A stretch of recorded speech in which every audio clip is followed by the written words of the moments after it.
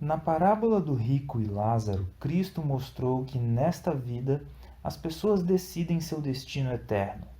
Durante o tempo da graça de Deus, esta é oferecida a toda a humanidade.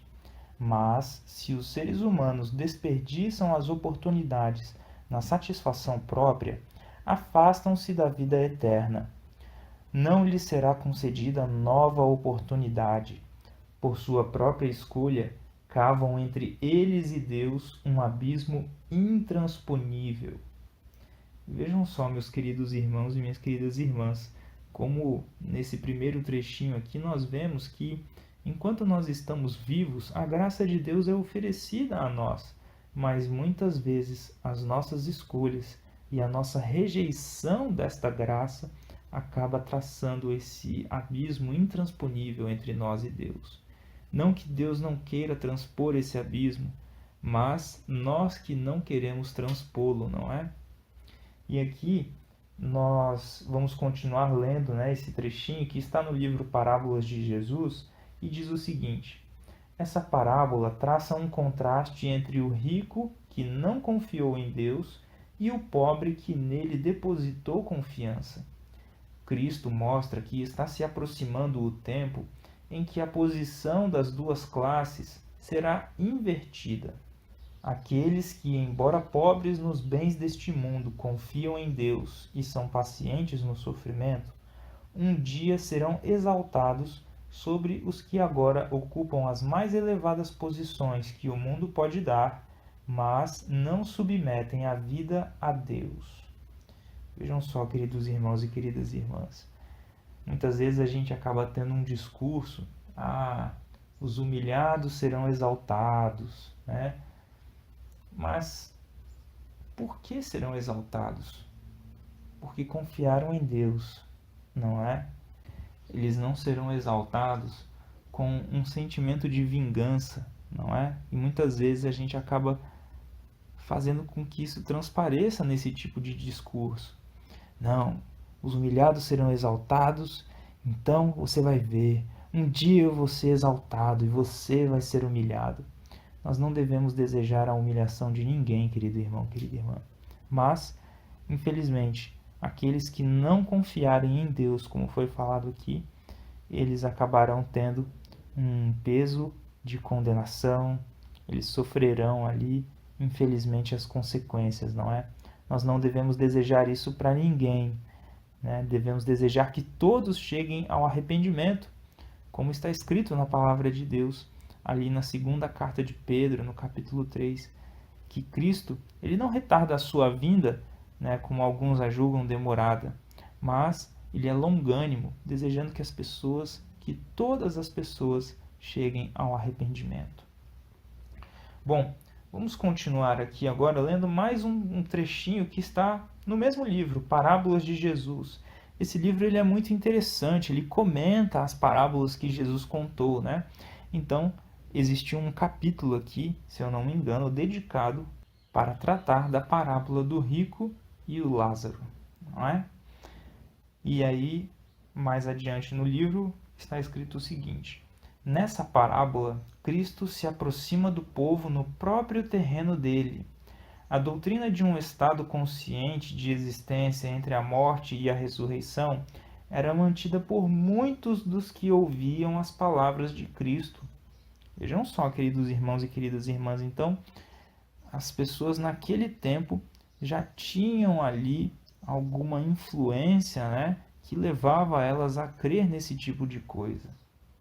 E o texto continua dizendo: o Salvador conhecia as ideias deles e compôs sua parábola de modo a incutir verdades importantes em lugar dessas opiniões pré-concebidas. Apresentou aos ouvintes um espelho em que pudessem ver sua verdadeira relação para com Deus. Usou a opinião predominante para expressar a ideia que desejava tornar bem clara diante de todos que o valor de alguém não depende de suas posses, pois tudo o que tem é apenas um empréstimo do Senhor. O mau emprego dessas dádivas coloca a pessoa em posição inferior a dos mais pobres e afligidos que amam a Deus e nele confiam. Vejam só, queridos irmãos e queridas irmãs. E, para finalizar, nós vamos ler aqui um último trechinho que também está no livro Parábolas de Jesus e diz o seguinte: as cenas finais da história deste mundo são retratadas a nós no final da história do rico. Ele professava ser filho de Abraão, porém foi alienado de Abraão por um abismo intransponível, o caráter incorretamente formado. Então, o que é esse abismo? O caráter incorretamente formado. Foi isso que alienou aquele homem do seu pai Abraão, não é? E olha só o que está escrito aqui na continuação do texto. Abraão servia a Deus, seguindo sua palavra com fé e obediência. Mas o rico não pensava em Deus nem nas carências da humanidade sofredora. O grande abismo posto entre eles e Abraão era o abismo da desobediência. Quando a voz de Deus despertar os mortos, eles virão da sepultura com os mesmos apetites e paixões, com os mesmos gostos e caprichos que nutriam quando vivos. Deus não faz milagres para regenerar alguém que não quis ser regenerado quando lhe era proporcionada toda a oportunidade e provida toda a facilidade. Vejam só que importante essa declaração, queridos irmãos e queridas irmãs.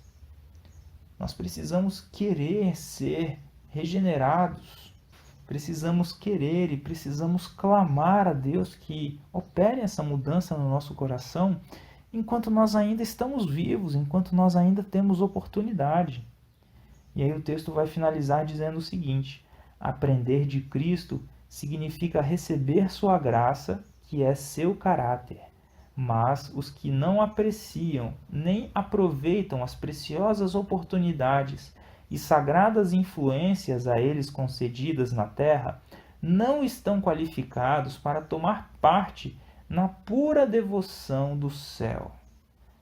Vejam só, queridos irmãos e queridas irmãs. Então, que nós possamos aproveitar essas oportunidades. Hoje é o dia da salvação. Hoje é o dia da oportunidade, querido irmão, querida irmã. Então, que nós nos entreguemos a Deus, que façamos um exame do nosso coração, que nós possamos pedir a Deus também que nos ajude a enxergar aquilo que Ele deseja nos mostrar, não é? E que enquanto ainda estamos em vida, tomemos a decisão ao lado de Cristo. Esse é o meu desejo e a minha oração.